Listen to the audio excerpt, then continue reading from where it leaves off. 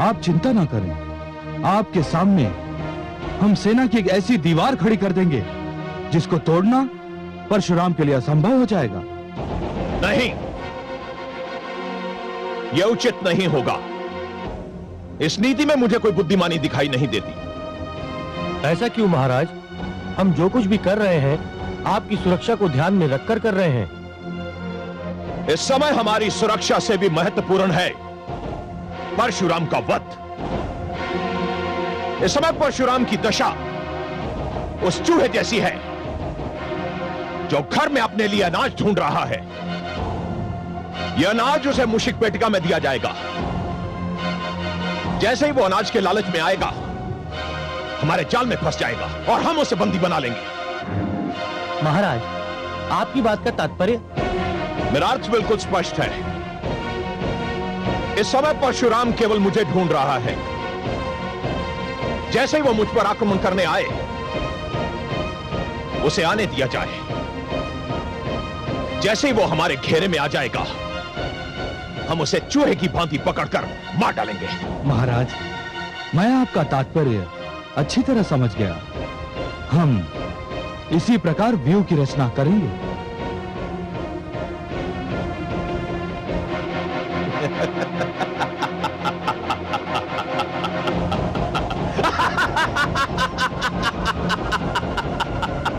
बेचारा परशुराम। परशुराम, नहीं, हम ऐसा नहीं करेंगे। हम ऐसा कदापि नहीं करेंगे। ऐसा क्यों? क्योंकि सहस्त्रार्जुन भी यही सोच रहा है। वो मुझे चूहे की भांति घेर कर मारना चाहता है। तुम लोगों में से जिनकी काया काटी मेरे समान है, ऐसे 5 युवकों को मेरा रूप धारण करना होगा और एक एक करके उन राजाओं की सेना पर आक्रमण करना होगा। तुम में से जो भार्गव वीर मेरे रूप में आक्रमण करेगा, वो आक्रमण करने के उपरांत वहां रुकेगा नहीं, वहां से भाग जाएगा ताकि सेना की टुकड़ी भी उसके पीछे भाग जाए। तदुपरांत मेरा वेश धारण किए हुए दूसरा वीर सेना की दूसरी टुकड़ी पर आक्रमण करेगा और वो भी उसी प्रकार भागेगा। इससे उनकी सेना में आतंक फैल जाएगा, भ्रम की स्थिति उत्पन्न होगी। उनके सैनिक ये समझ नहीं पाएंगे कि वो कहां जाएं और क्या करें। और ध्यान रहे, हमें उनके हाथों नहीं मरना है, हमें उन्हें मारना है। और कोई प्रश्न? नहीं, हम समझ गए, हम समझ गए, हम समझ गए।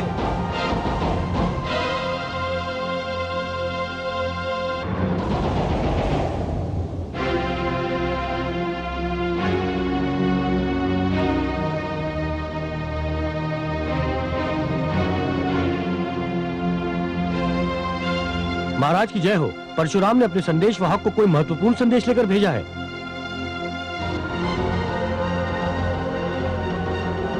सावधान रहने की आवश्यकता है महाराज। हम परशुराम पर भरोसा नहीं कर सकते। हम है क्षत्रिय हैं। 4 पुत्रों के कटे हुए सर देखकर भी हम क्षत्रिय परंपरा को नहीं भुला सकते। संदेशवाहक का स्वागत है। वो संदेशवाहक चाहे हमारे शत्रु परशुराम का ही क्यों ना हो, उसे आदर सहित अंदर लाया जाए। जो आज्ञा महाराज।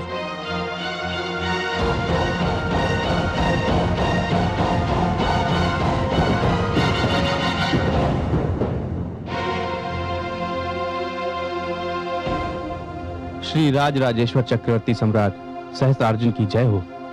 औपचारिकता में समय नष्ट करने के स्थान पर वो संदेश सुनाओ जो परशुराम ने तुम्हें यहां देने के लिए भेजा है। महाराज, जमदग्नि पुत्र परशुराम ने यह संदेश भेजा है कि युद्ध प्रारंभ होने से पहले वो एक बार आपसे मिलना चाहते हैं। मुझसे मिलना चाहता है? क्यों? ये तो मैं नहीं बता सकता, मुझे केवल संदेश देने का आदेश था।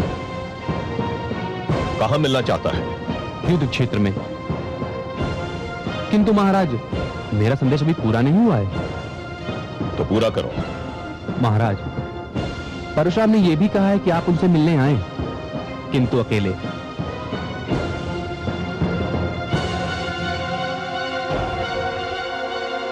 आपके साथ आपके सहयोगियों में से किसी को भी नहीं होना चाहिए। संदेश पूरा हो गया? महाराज की जय हो, संदेश पूरा हो गया।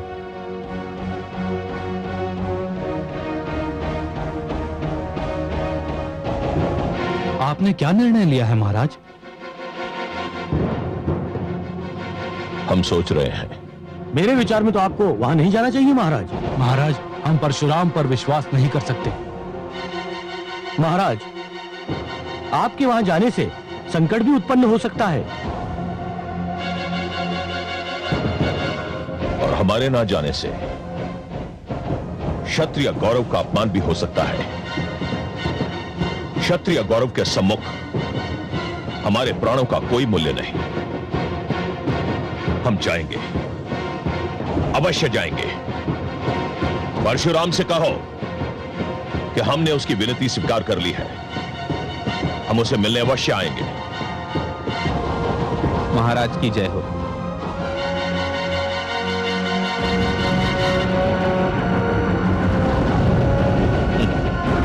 परशुराम,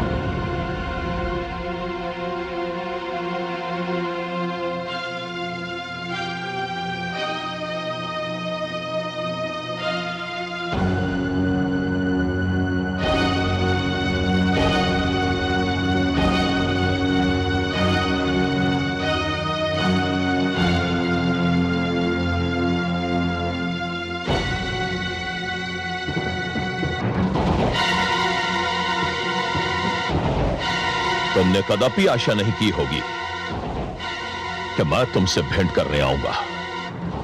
मुझे आशा ही नहीं, विश्वास था सहस्त्रार्जुन कि तुम आओगे। मुझे पूर्ण विश्वास था कि तुम आओगे और अकेले आओगे। इस विश्वास का कारण?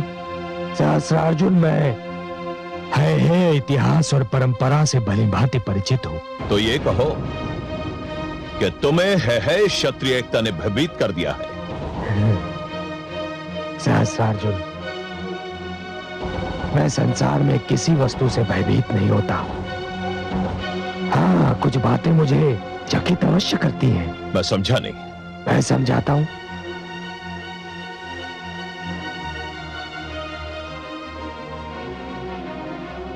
सहस्त्रार्जुन, मुझे कभी किसी व्यक्ति का उत्थान चकित नहीं करता, क्योंकि मैं जानता हूं कि उस व्यक्ति के उत्थान का कारण उसकी योग्यता है। जीवन में उत्थान उसी व्यक्ति का होता है जो उसकी क्षमता रखता है, परंतु उसी व्यक्ति का जब पतन होता है कार्तवीर्य, तब मैं चकित अवश्य रह जाता हूं, ये सोचकर कि उस व्यक्ति की वो योग्यता कहां लुप्त हो गई जो कभी उसके उत्थान का कारण बनी थी। मैं तुम्हारी कथा सुनने नहीं आया। कथा सुनाने तो मैं भी नहीं आया हूं। मैं जो कुछ कह रहा हूं वो अक्षरशः सत्य है। तुम एक तेजस्वी राजा थे, बलवान शासक, प्रतापी नरेश, इतने तेजस्वी कि स्वयं भगवान विष्णु ने प्रसन्न होकर तुम्हें सहस्र बाहुओं का बल दे दिया और तुम कार्तवीर्य से सहस्रार्जुन बन गए। तुम उस योग्य भी थे, परंतु फिर तुम्हारा पतन क्यों आरंभ हो गया कार्तवीर्य? कौन कहता है कि मेरा पतन आरंभ हो गया है? मैं आज भी चक्रवर्ती हूं। पूरे विश्व में मेरे यश का डंका बज रहा है। मैं आज भी उतना ही शक्तिशाली हूं। नहीं कार्तवीर्य, नहीं, तुम शक्तिशाली नहीं हो। यदि तुम अपने मुख से कहना नहीं चाहते, तब भी इस बात को तुम्हारा मन भली भांति जानता है। तुम झूठ बोल रहे हो। तुम्हारे पास इस बात का कोई प्रमाण नहीं। आज तुमने मुझसे युद्ध करने के लिए समस्त है क्षत्रियों को एकत्रित किया है सहस्रार्जुन, ये जानते हुए कि मैं एक अकेला योद्धा हूं। ये तुम्हारी दुर्बलता का प्रमाण नहीं तो और क्या है। दुख दुख यह है कार्तवीर्य कि तुम्हें अपनी दुर्बलता और उसके फल स्वरूप अपने पतन का कारण ज्ञात नहीं है। तुम्हें शक्ति मिली किंतु तुम उसे संभाल नहीं पाए। तुमने अत्याचार को वीरता माना, तुम्हें प्रताप मिला किंतु तुम अपना संतुलन खो बैठे। उसका परिणाम यह हुआ कार्तवीर्य सहस्त्रार्जुन कि आज तुम्हारा पतन तुम्हारी आंखों में आंखें डालकर खड़ा है। पतन क्या होता है परशुराम, यह तुम्हें उस समय ज्ञात होगा जब मेरा पांव तुम्हारी छाती पर और मेरा खड़ग तुम्हारी गर्दन पर होगा, और जब मैं युद्ध क्षेत्र में अपने खड़ग से तुम्हारा गला रेत रहा होऊंगा, तो उस समय मेरे मन में यही विचार होगा कि मैंने अपने चारों प्रिय पुत्रों के रक्त की एक एक बूंद का मूल्य प्राप्त कर लिया है। वो नहीं होगा सहस्त्रार्जुन, वो तो कदापि नहीं होगा, क्योंकि तुम जानते हो कि तुमने मेरे पिताश्री का वध किया था। मेरे माताश्री के प्राणों की हानि भी तुम्हारे ही कारण हुई थी। देवी अनामिका की मृत्यु के पीछे भी तुम्हारा ही हाथ था। तुम ये सब जानते हो कार्तवीर्य सहस्त्रार्जुन, और तुम ये भी भली भांति जानते हो कि तुम्हें इस सब का मूल्य चुकाना है, और तुम वो मूल्य युद्ध क्षेत्र में चुकाओगे। हे कार्तवीर्य, तुम ये सब यदि नहीं जानते तो मेरे बुलावे पर इतनी सरलता से नहीं आते।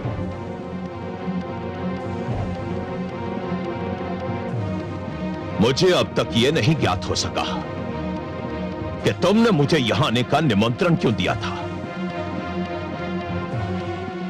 एक अवसर देने के लिए, केवल एक अंतिम अवसर।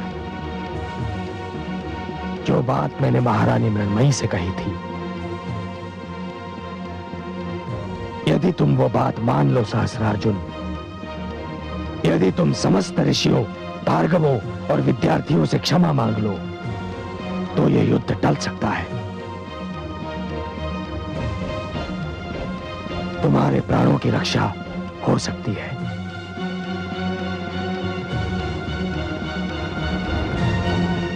इसका उत्तर तुम्हें कल यही मिलेगा परशुराम, इसी युद्ध क्षेत्र में।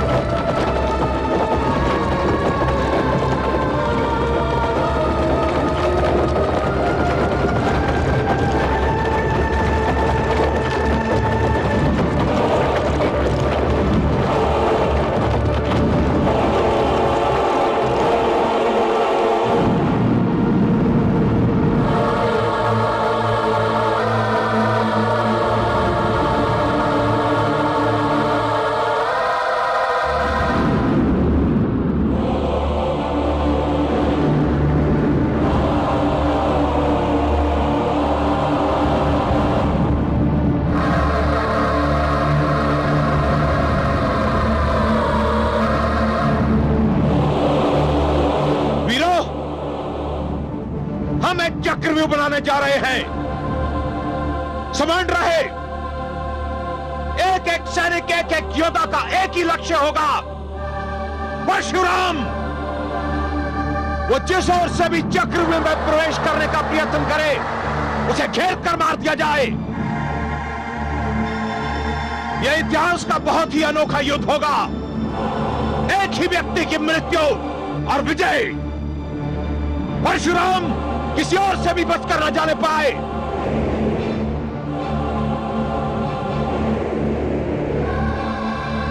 महाराज सहस्त्रार्जुन, युद्ध क्षेत्र तो रिक्त है। यह कैसा युद्ध है? यहां तो कोई प्रतिद्वंदी नहीं है।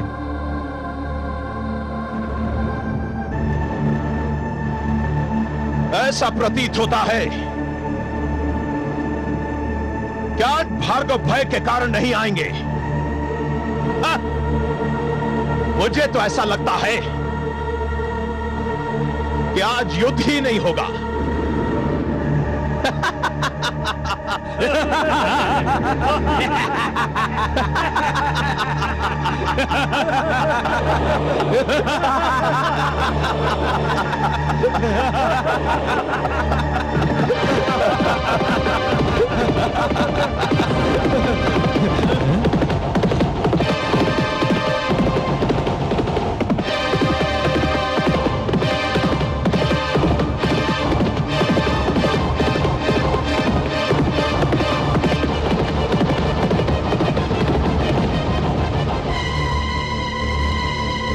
परशुराम, उठा नरेश, आक्रमण करो। मुझे परशुराम का वध चाहिए। आक्रमण! आक्रमण!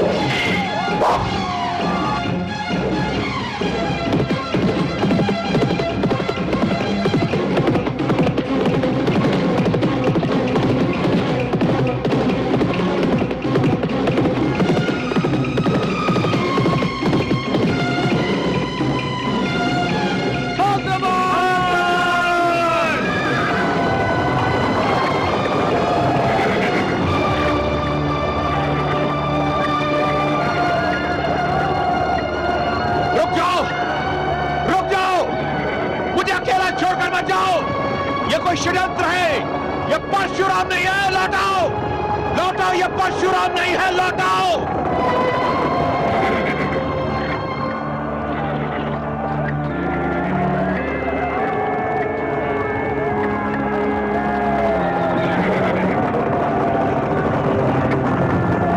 रुक जाओ, मैं कहता हूं रुक जाओ, ये परशुराम नहीं है, रुक जाओ, रुक जाओ, रुक जाओ, मुझे अकेला छोड़कर मत जाओ। ये कोई षड्यंत्र है, ये परशुराम नहीं है, लौटाओ लौटाओ, ये परशुराम नहीं है, लौटाओ।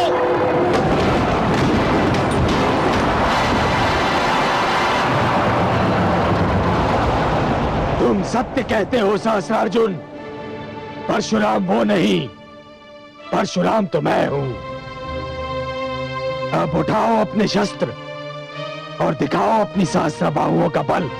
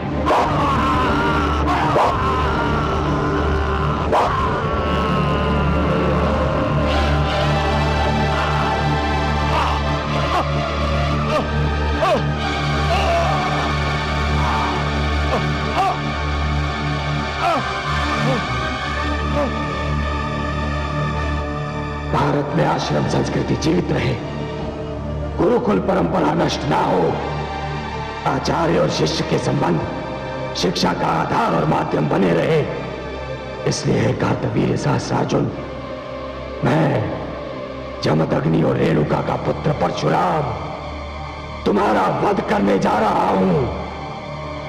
शंभो!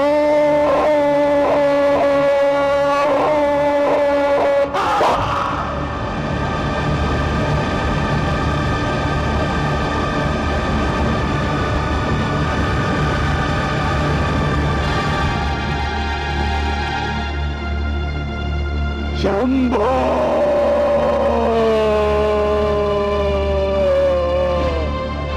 हे शंभो!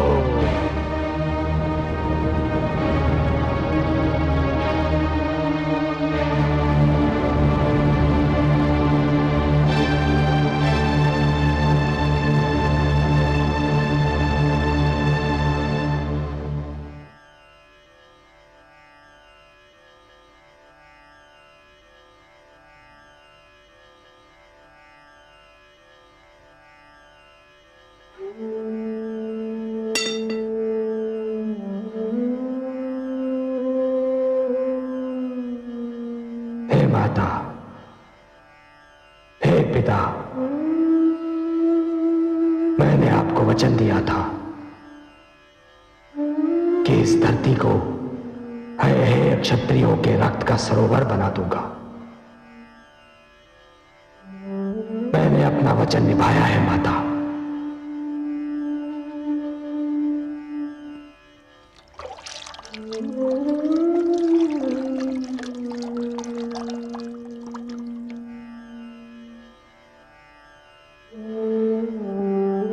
मैं आज उन क्षत्रियों के रक्त से आपका तर्पण कर रहा हूं। इस क्षण के उपरांत मेरा अभियान समाप्त हो गया है। परशुराम एक इतिहास बन गया है माता। परशुराम एक इतिहास बन गया, वो इतिहास जो मानव को यह बताएगा कि अत्याचार का विरोध ना करना अत्याचार को सहयोग देना है। हे देवगण, हे ब्रह्मा, हे शिव शंभो, परशुराम ने अपना लक्ष्य पूर्ण कर लिया। मैंने अपना लक्ष्य पूर्ण कर लिया।